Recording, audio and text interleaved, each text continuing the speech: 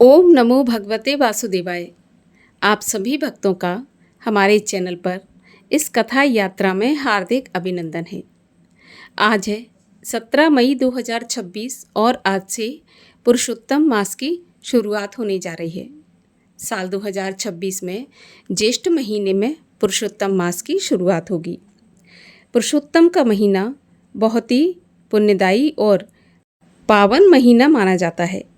ये महीना भगवान श्री कृष्ण के पुरुषोत्तम स्वरूप को समर्पित है। इस महीने को मलमास भी कहा जाता है। मलमास 3 वर्ष में एक बार होता है। हमारे हिंदू कैलेंडर में जो तिथियां घटती बढ़ती हैं उन सबको मिलाकर 3 वर्ष में एक महीना पुरुषोत्तम मास या मलमास का तैयार होता है। इस महीने को मलमास कहने से प्रायश्चित्त लगता है, तो इसीलिए इसे पुरुषोत्तम मास कहना ही उचित माना जाएगा। मल मास को पुरुषोत्तम मास क्यों कहा जाता है, इसके पीछे भी एक कहानी है। मल मास का जब कोई देवता नहीं हुआ तो मल मास को वो आदर और सम्मान प्राप्त नहीं हुआ। तब मल मास दुखी होकर भगवान विष्णु की शरण में गया और भगवान विष्णु से प्रार्थना करने लगा कि प्रभु, ना तो मेरा कोई देवता है और अगर मेरा कोई देवता नहीं है तो इसीलिए मुझे ब्रह्मांड में वो आदर और सम्मान प्राप्त नहीं है, इसीलिए सभी मुझसे दूर भागते हैं। तब भगवान विष्णु मल मास को गौलोक में ले गए, जहाँ पर भगवान श्री कृष्ण विराजते हैं।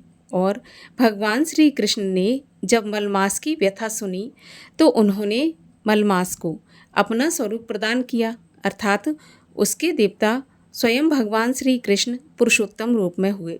तभी से इस महीने को पुरुषोत्तम मास कहा जाने लगा। पुरुषोत्तम मास कहने से पुण्य प्राप्त होता है और मलमास कहने से प्रायश्चित लगता है, तो इसीलिए इस महीने को पुरुषोत्तम मास कहना चाहिए। पुरुषोत्तम मास में दान पुण्य सत्कर्मों की बहुत ज़्यादा महिमा बताई गई है। पुरुषोत्तम मास का व्रत मनुष्यों के समस्त पापों का नाशक है। इस महीने में दान पुण्य करने का अक्षय फल प्राप्त होता है। अगर मान लीजिए आर्थिक रूप से संपन्न नहीं है तो दान पुण्य नहीं भी कर सकते, तो संतों और ब्राह्मणों की सेवा भी सर्वोत्तम मानी गई है। दान पुण्य करने से कभी भी धन कम नहीं होता, अपितु उसमें वृद्धि होती है। इसके व्रत में व्रती को प्रातःकाल नित्य कर्मों से निवृत्त होकर भगवान विष्णु के सहस्त्रांशु अर्थात सूर्य स्वरूप का विधिवत पूजन करना चाहिए। घी गुड़ और आटे के पुओं को कांसे के बर्तन में रखकर सहस्त्रांशु के निमित्त दान करना चाहिए। इससे धन धान्य और पुत्र पौत्रादि में वृद्धि होती है। पुरुषोत्तम मास में फल प्राप्ति की कामना से किए जाने वाले सभी कार्य वर्जित माने गए हैं, अर्थात जो हमारे पर्सनल फल प्राप्ति के कार्य होते हैं, जिनको कि हम जैसे कि गृह प्रवेश हो गया, मुंडन, विवाह संस्कार आदि जो भी हमारे निज कार्य होते हैं, मांगलिक कार्य, वो वर्जित माने जाते हैं। लेकिन अगर परोपकार की भावना से भगवान विष्णु को समर्पित करके कोई भी धार्मिक कार्य या अनुष्ठान किया जाता है तो वो इस महीने में अवश्य करना चाहिए। इसका अक्षय पुण्य फल प्राप्त होता है। पुरुषोत्तम मास में पुरुषोत्तम मास के महात्म की कथाएं भी अवश्य सुननी चाहिए। अगर व्रत नहीं भी कर सकते तो नित्य प्रति सभी अध्यायों की कथा का श्रवण अवश्य करें। जो भी हो सके वो दान भी करना चाहिए। पुरुषोत्तम मास का व्रत प्राचीन काल में राजा नहुष ने किया था।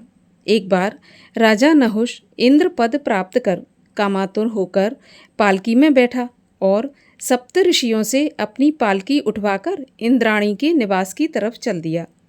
लेकिन सप्त ऋषि पालकी को धीरे धीरे ले जा रहे थे और राजा नहुष जल्दी पहुंचना चाहता था।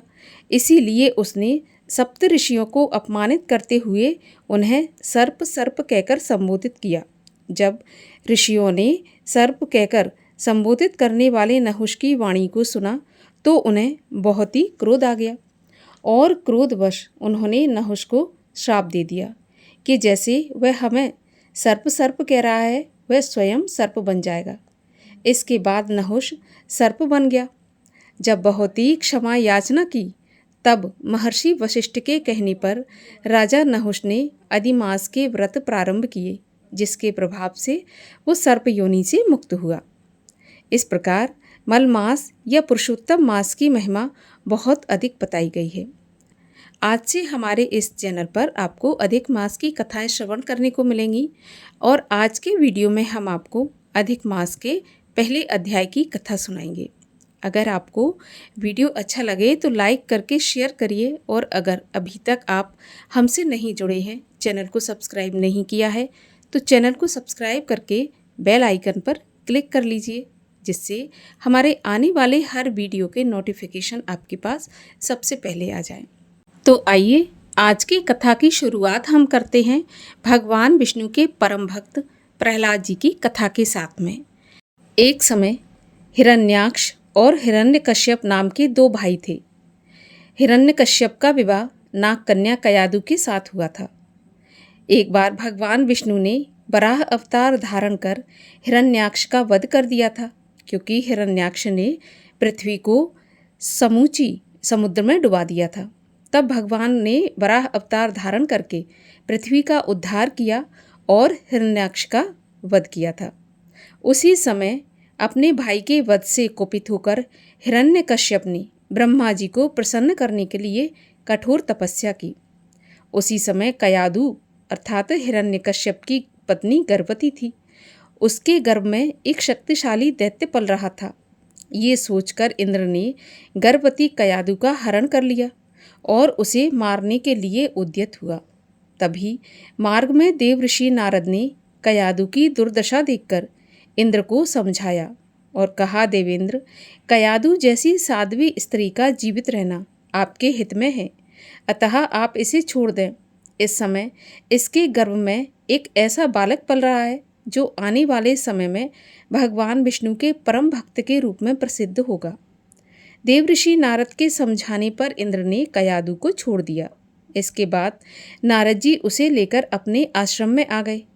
वहाँ पर कयादु ने एक दिव्य बालक को जन्म दिया। जन्म लेते ही बालक के मुख से श्री हरि का उच्चारण हुआ, क्योंकि जब वो गर्भ में था तब कयादु मन ही मन भगवान का स्मरण किया करती थी, भगवान के श्री हरि स्वरूप का ध्यान करती थी। इसीलिए कयादु के गर्भ में ही भक्त प्रहलाद जी में भक्ति का संचार हो गया था। बालक के मुख से श्री हरि का उच्चारण हुआ, ये देखकर कयादु का मन प्रसन्नता से भर उठा और उसने अपने पुत्र का नाम प्रहलाद रख दिया। इधर हिरण्यकश्यप ने ब्रह्मा जी से वरदान प्राप्त कर लिया और वरदान स्वरूप उसने मांगा कि गंधर्व, देवता, यक्ष, नाग या सृष्टि में उत्पन्न कोई भी प्राणी उसे मार ना सके। उसकी मृत्यु अस्त्र से या शस्त्र से ना हो, ना दिन में हो और ना रात में हो, ना आकाश में हो और ना पृथ्वी पर हो, ना घर के अंदर और ना घर के बाहर हो। 12 महीनों में से किसी भी मास में उसकी मृत्यु ना हो। इस प्रकार से अप्रत्यक्ष रूप से हिरण्यकश्यप ने अमरता जैसा वरदान ब्रह्मा जी से पा लिया। मनवांछित वरदान पाकर हिरण्यकश्यप अत्यंत शक्तिशाली हो गया। सर्वप्रथम वह कयादु और अपने पुत्र को नारद जी के आश्रम से ले आया। इसके बाद उसने पृथ्वी पर सभी यज्ञ, हवन आदि धार्मिक कार्य बंद करवा दिए। उसके अत्याचारों से चारों ओर हाहाकार मच गया। लोग ईश्वर का नाम लेने से डरने लगे। भगवान विष्णु के स्थान पर दैत्य हिरण्यकश्यप अपनी पूजा करवाने लगा। इतना सब होने के बाद भी हिरण्यकश्यप अपने पुत्र प्रहलाद का मन विष्णु भक्ति से हटा नहीं पाया। उसने उसे समझाने के अनेक प्रयत्न किए, लेकिन सब व्यर्थ गया।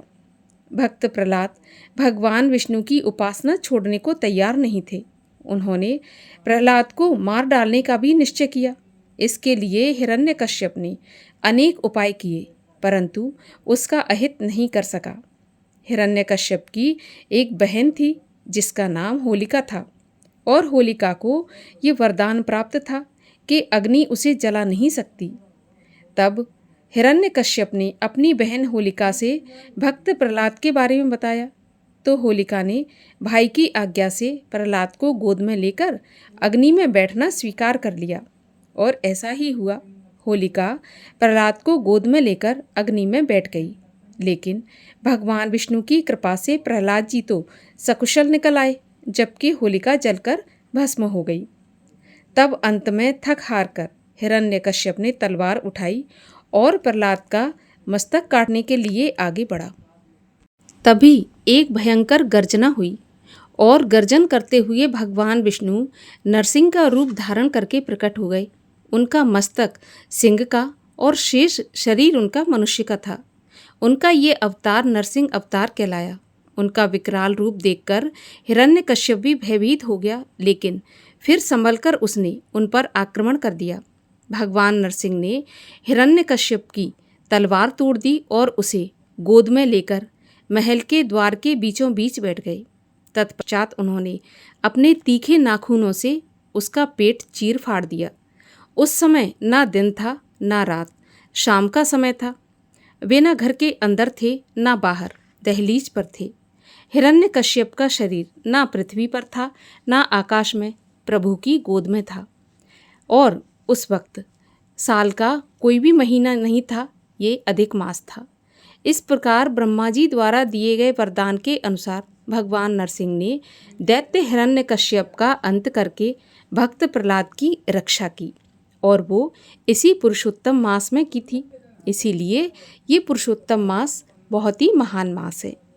और आइए आप सुनते हैं पुरुषोत्तम मास के प्रथम अध्याय की कथा। एक बार बहुत से ऋषि मुनिजन नैमिषारण्य तीर्थ में जाकर यज्ञ करने में उद्यत थे। उसी समय श्री सूत जी तीर्थ यात्रा के निमित्त भ्रमण करते हुए अपने शिष्यों सहित वहां पर आए। मुनियों को देखकर ऋषि मुनि नमस्कार करके आनंद मग्न हो गए। वल्कल वस्त्र पहने, प्रसन्न मुख, शांत, परमार्थ में निपुण, चंदन से शोभायमान, तुलसी की माला तथा जटाओं का मुकुट धारण किए हुए महाशरणम इस अद्भुत मंत्र को जपते हुए सूत जी को देखकर नैमिषारण्य के सभी ऋषिगण उठकर खड़े हो गए। सभी मुनियों ने हाथ जोड़कर कहा, हे सूत जी, हम सबकी भगवान की अद्भुत कथाओं को सुनने की इच्छा है। तब सूत जी ने प्रसन्नता से सभी ऋषियों के आगे हाथ जोड़कर नमस्कार किया। ऋषि कहने लगे, हे सूत जी, हमने आपके लिए सुंदर आसन बनाया है, कृपया आप इस पर बैठिए। आप बड़े भाग्यवान हो। आपने गुरु की कृपा से भगवत रहस्यों का वर्णन करने की शक्ति प्राप्त की है। इस संसार में हजारों बातें सुनने के योग्य हैं, परंतु उनमें जो भी सार वस्तु हो, हम संसार सागर में डूबे हुओं को पार करने के लिए जो श्रेष्ठ कथा आपके विचार में निश्चित हो, वही सुनाइए। शौनक आदियों के पूछने जाने पर श्री सूत जी कहने लगे, हे विप्रो, मेरे वचनों को सुनो। मैं पहले पुष्कर तीर्थ गया और वहाँ से हजारों तीर्थों में होता हुआ हस्तिनापुर गया। वहाँ राजा परीक्षित अपने राज्य को छोड़कर अनेक महापुण्यवान ऋषियों के साथ गंगा के किनारे जा रहे थे। उनमें अनेक सिद्ध योगी और महासिद्ध मुनि थे। मैं उस समाज को पूछ ही रहा था कि वहाँ श्री कृष्ण भगवान के चरण कमल में मन लगाए हुए महामुनि व्यास जी के पुत्र शुकदेव जी पधारे, जिनकी 8 वर्ष की आयु, शंख के समान कद, ऊंचे और चिकने केशों से घिरा हुआ मुख, दृढ़ कंधे, चमकती हुई कांति थी। वह अवधूत वेश ब्रह्म स्वरूप थे। ऐसे महामुनि शुकदेव जी को देखकर सभी मुनि हाथ जोड़कर खड़े हो गए। तब मुनियों के बनाए हुए कमल चक्र जैसे ऊंचे आसन पर शुकदेव जी को बिठाया गया। उस आसन पर बैठे हुए ज्ञान समुद्र के चंद्रमा रूपी शुकदेव जी ऋषियों की पूजा को ग्रहण कर ऐसे शोभायमान हुए जैसे तारागणों में चंद्रमा शोभायमान होता है। यहाँ पर अधिक मास का पहला अध्याय समाप्त होता है। इसके आगे की कथा आप सुनेंगे कल के वीडियो में।